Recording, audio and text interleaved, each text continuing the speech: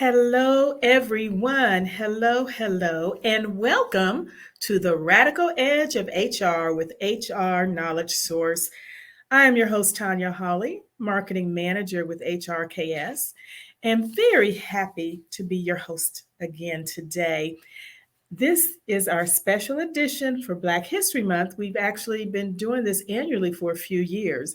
But of course, this time we got a little radicalness to it as we try to do. And of course, it's Black History Month. Tokenism or tradition? Which one are you? Do you know which one you are?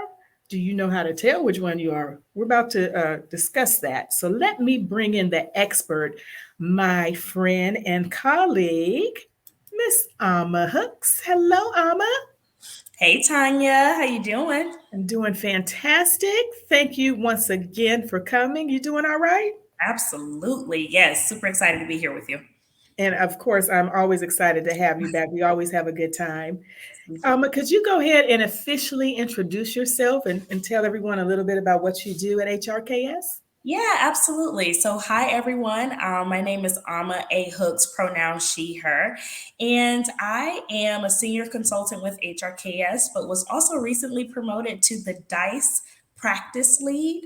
And Mm. so I am spearheading the diversity, inclusion, culture, and equity section or center of excellence for HRKS. And for those of you who know me, DEI is my passion. So super excited to have this role. Wonderful and perfect for today's topic too. Right. And I have to say, I like that dice thing. This Right. kind of Dice. original, that dice. Um, Mhm. Trademark, y'all can't use it. I'm just saying. Yep. Anyway, so let's go ahead and dive in. As I said, today's topic is Black History Month, tokenism, or tradition. So, first of all, let's talk about that title. What does that title mean? So the title is, for organizations when you are celebrating Black History Month, is it just some token initiative that you're doing to appease people, or is it steeped in the richness of tradition and of intentionality? And so that is what we're going to discuss today. Whatever you're doing at your organizations, thank you for doing something, but let's peel back the layers to see, is it just a token type of event, Mm, or is it steeped in rich tradition? mm, sounds interesting. Okay, get down to the nitty gritty. All right. So, just to kick off, the first question I have for you is what are the sentiments to you or for you about celebrating Black History Month? What does it mean to you? So for me, Black History Month is a special tribute. It's a special tribute to the works of African Americans here in America. And I want to say this, this quote, because this is a time of acknowledgement, of reflection. It Mhm. should be a time of inspiration. But Dr. G. Woodson, who is the father of Black history, says it best. And he says, let us think of Black History Month as the way our nation honors its greatest moments and greatest people. Let us appreciate Black History Month in a similar way as when our government sets aside a month or a day, thereby giving it a special meaning for all Americans. And so it's a tribute. It's that moment that we fought hard for, because initially Mhm. there was no Black History Month, and it was Black History Week, and then it became a month. So, Yeah. it's our moment of recognizing our what we've attributed. Very good. Beautiful quote. Thank you for sharing that.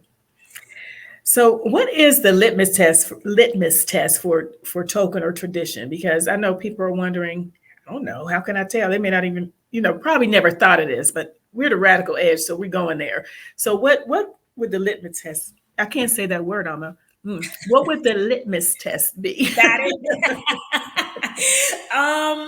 So that's a really good question. I think it really starts with, what are your goals Mhm. for the Black History Month activities that you're putting Mhm. on? Like, what am I trying to accomplish with this? How do your activities differ than they did 5 years ago or pre George Floyd? Like, as we know, a lot more awareness has come about. So, what are you doing that's different? because we know a lot more of our history now than we maybe did 5 years ago. The importance of it, the fight over it, like all Hmm. of those things have heightened. So, whatever doesn't grow shall perish. So, are your are your Black History activities, are your attributes, are your acknowledgments growing? And Mm, then who's helping with the decision making, right? Like, do you have a committee that's helping? Is it a group of people? Is it all leaders, or is it just one or two people? Are mm, there diverse ideas being thrown around? Are there diverse people, ethnically, culturally, that are all in this conversation? Or are we just expecting, the one Black person to say something and mm. then we do it? So I would say those are a couple questions you can ask yourself, but it really needs to be anchored in what am I trying to accomplish? What's our Mhm. goal? Understood. Okay. That's good. You know what came to mind when you were saying those things is that quote that we always hear, the speed of the leader is the speed of the game. So whatever that leader at that company is doing or saying to celebrate or recognize will trickle down. That's what came to mind when you were saying that. If they do Absolutely. nothing, if they don't care, it's going to be a reflection. The company is going to be a reflection of that. So that's really what came to mind when you said that You in are a different, absolutely right. yeah. All right. So the next question is, should homogeneous companies celebrate Black History Month? And what does that mean? In case some people are wondering what that So, term means. homogeneous companies are companies that lack diversity. So, in layman's terms, because we're friends, Tanya, right? This is the radical edge. This is a company that's just full of white people and don't have a lot of black people or a lot of other ethnically diverse people, and that's what we're focusing on right now. Because as we know, diversity, there's a range of diversity. There's acquired diversity. There's innate or inherent diversity. Like, we know those things, but Mm. right now we're talking about ethnically and culturally diverse. And Black History Month. So, you know, Right. yeah. So, yes, in layman's terms, and there's a lot of companies still out there like this. Mhm. And it seems to me like those are the companies that really should celebrate it because they have more to learn in in Absolutely. some circumstances. I think that's a safe statement to say. Yeah, I think you're right, Tanya. And I also think you're going to have companies or people or leaders in those companies to look at themselves and be like, oh, no, we have diversity. And so then I would take the question a little further. Where is your diversity? Is it That in was. your corporate headquarters? Right? Or is Mhm, it mhm, only in the field? Is it only out, mhm. in working in other areas? Because a lot of times you don't have as much diversity in the corporate headquarters as you do in those regional or district locations. AKA the decision makers.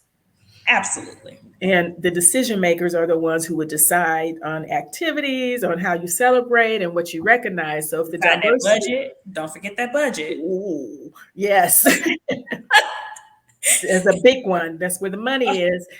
So if you don't have diversity at the top in that area, then it's I can say previous employment. I won't say the name of the company, but a place I used to work years ago. I was to get my foot in the door. I was in the call center. Well, the call center, um, there wasn't a lot of diversity the other way in the call center.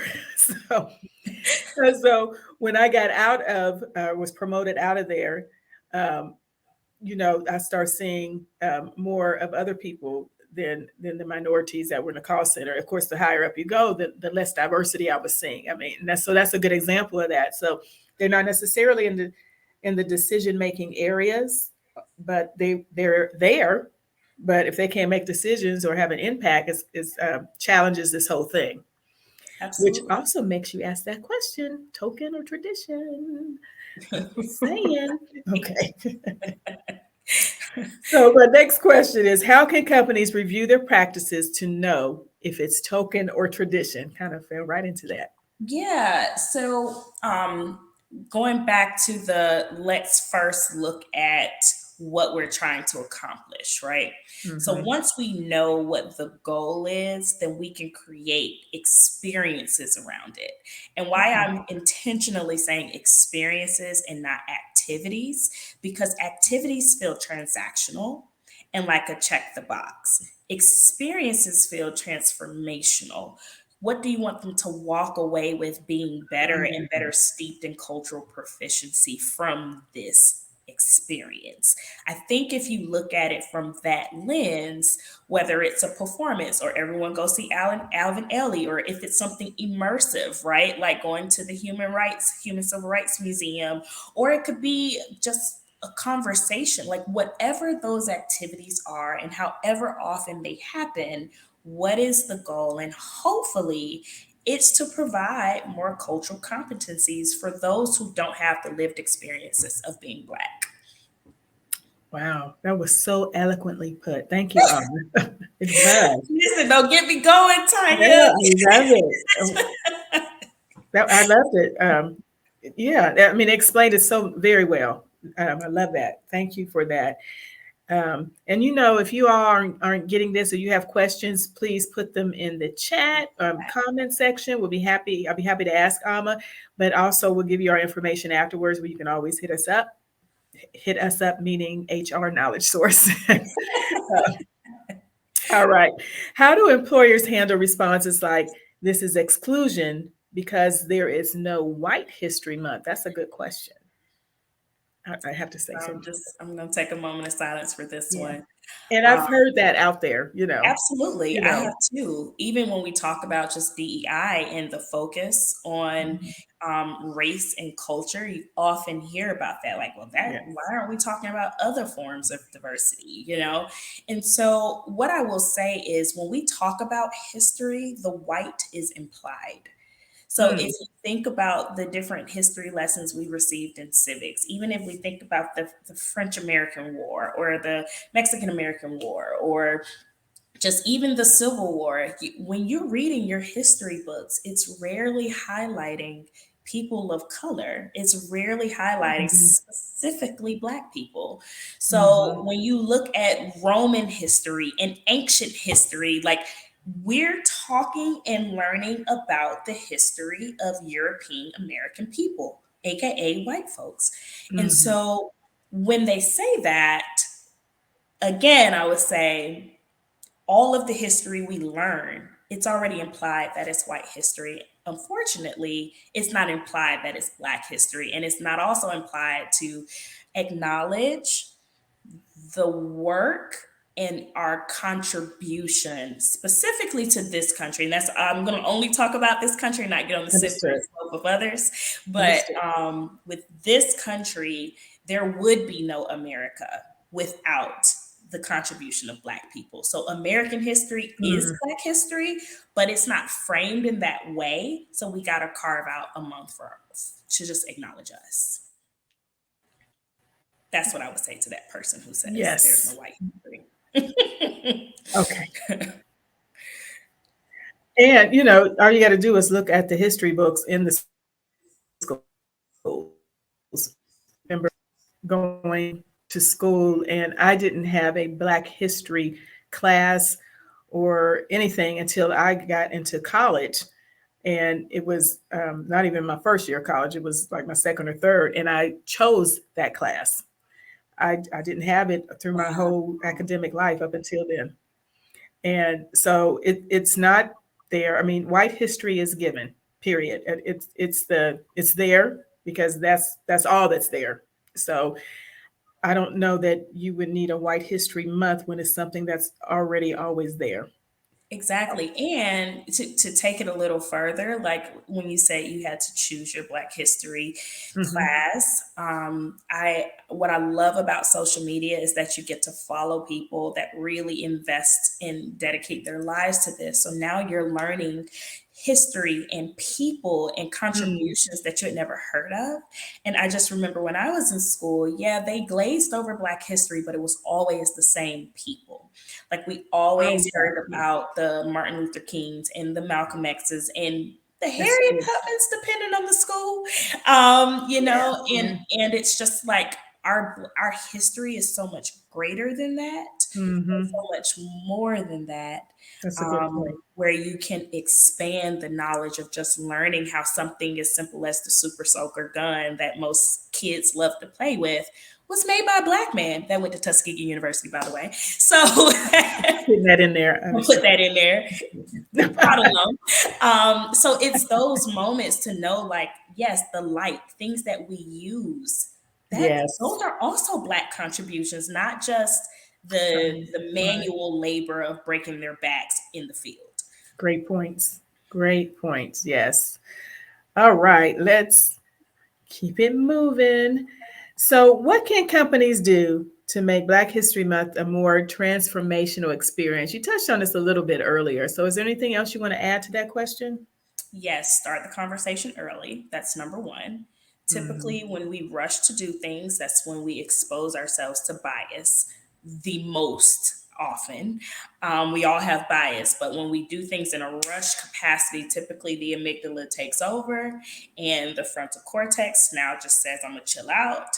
And it's not making the rational decisions. The amygdala is making all of the bias, quick, irrational, templated decisions. I call it like the shortcut, the Cliff Notes version of doing things. So we need time to plan.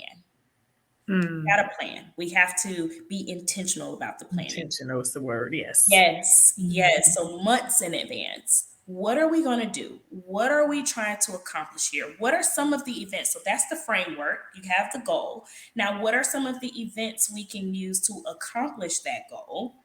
And Mhm. who? Now, the who is just SMART goals.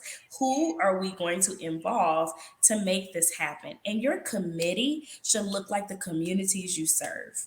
Mm. So, because Black history isn't only important and shouldn't only be important to Black people, so Yeah. it needs to include an, an array of diverse dimensions, all trying to accomplish one goal. And that within itself is really, really powerful. So some examples could be, okay, we're going to go see a performance together. Awesome. Okay, we are going to utilize a day to learn about current history that we're living, right? That is Mhm. Black. We're going to utilize a day to learn more about maybe the structural racism that Black people experience and ways to overcome that, like learning more about the structure Mhm. of racism and how people have overcome it, and also celebrating our brilliance. I think those three things mixed with smart goaling, knowing what the goal is, having a diverse committee of people giving ideas, I think that can make it more of a transformational experience, thus being tradition over tokenism. Love it. Great. And one thing that came to mind, even before when you were speaking, when you were in school, um, and now, is that Google is wonderful Oh, coming up Uncle with Google. ideas and things to do and that kind of thing. If when all else fails or you can't think of anything, Google it or call us. Um, That either part. way, that Call us first. call us Google first. HRKS, then call that number. There you go. Shameless plug that I usually save to the end. We're almost at the end actually. But that is what came to mind. But if you have, you can always. There's no excuse. Is my point. And when I'll speak for myself in school. Google social media was not an option. We Mm-mm. didn't have those kind of things back then. You had to go to the library or, you know, get a book, read. We didn't have the luxury of going to the computer and just looking some things up, which is awesome that you. So there's no excuse, is No. as I said. So if you need some information, were you going to say something, Yeah, Ali? you just made me think about like being performative, right? So, um, and when you're performative, it falls into like that tokenism type of activity. Mm-hmm. Um, and it made me think of one time I was in school and it was the first day of Black History Month, and my Caucasian teacher decided to wear like African shirt. Um, Oh, and it was like a okay. kente cloth shirt, and that was him celebrating Interesting. Black History Month, right? And back then it was like, oh, okay, I see what you're trying to do-ish, right? Maybe. You're trying. Like that's what I get the intentions and that's sweet. But to your point, Tanya, like we're in the day and age of information. And so we're not doing that anymore. No, we're not. Right? That Like probably would be more offensive right now correct. than back then. Correct. It would people be like, "Oh, that's what you're gonna do?" So yeah, Correct. And yeah, so that's why it's so important. Again, like we said earlier, like look at what you've done over the past. If you just keep doing the same thing over and over again, like times have changed. So maybe some of the things you're doing that you have done are considered offensive. You have to yeah, recalibrate. ineffective. Oh, that part. Oh, that word. I love that word. Yeah, totally ineffective. Would Ineffective. defeat the whole purpose, even though your intentions may be well in your heart. You think it's okay, or you think it's a good thing or a decent thing to do, but totally ineffective and totally giving the wrong message.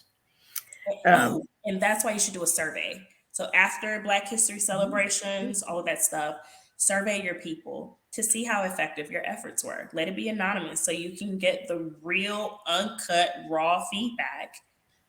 And then, based on what the feedback is, continue the things they love, reassess, recalibrate the things they don't. And that's how you show the continuous improvement and you show that it's important to you.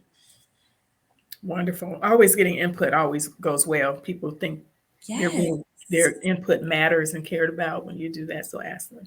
So that is all the questions I have today. Hopefully we have helped someone. They got some great information. Is there anything you want to say in closing in regard to this subject, Black History Month? Yes, I will say, remember, if you don't remember anything else I said, remember it's about an experience and not an activity. Hmm. We want to increase cultural competence and cultural proficiency and increase belonging in our organizations. That's the entire reason why we do these things. So think from that lens when your diverse committee starts the plan. There you go. That's how I end that. Thank you, Amma. So, everyone, we hope you enjoyed this edition of the Radical Edge of HR. If you need help with diversity, with Black History Month is actually about to end soon, but that doesn't mean your efforts have to end. So, if you Juneteenth is coming up. that's right. Juneteenth is Mhm. coming up. We got a few months, but if you need assistance and help, we have a phenomenal leader right here in our diversity program, DICE, as we told you about earlier, and we'd love to help you design a program and all of that good stuff.